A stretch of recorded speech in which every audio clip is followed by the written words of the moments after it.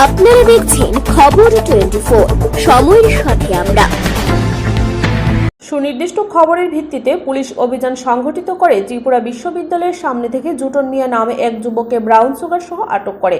গোটা ঘটনার বিবরণ দিতে গিয়ে আমতলী থানার ওসি রঞ্জিত দেবনাথ দাবি করেন, সুনির্দিষ্ট খবরের ভিত্তিতে উৎপেতে বসে আনুমানিক প্রায় 1,20,000 টাকা ব্রাউন সুগার সহ ফুলতলি এলাকার জুটন মিয়াকে আটক করা হয়। এবার আদালতে প্রেরণ করার পর মিরান্ডে এনে তার সাথে আর কারা কারা জড়িত রয়েছে বা সে এই ব্রাউন সুগারগুলো কার কাছে বিক্রি করতে চাইছিল সেই বিষয়গুলো জানার চেষ্টা করা হবে বলে ওসি শ্রী দেবনাথ দাবি করেছেন। পাশাপাশি পুলিশের তরফ থেকে এটাও দাবি করা হয়েছে, ধৃত জুটন মিয়া দীর্ঘদিন ধরে এই প্রকারের নেশা সাম্রাজ্যের সাথে যুক্ত বলে পুলিশের কাছে সুনির্দিষ্ট খবর রয়েছে। রাত্র অনুমান 10:30টার দিকে আমাদের কাছে একটা খবর ছিল যে ত্রিপুরা ইউনিভার্সিটি সংলগ্ন এলাকাতে কিছু ড্রাগস ব্রাউন সুগার কেনা বেচা হবে।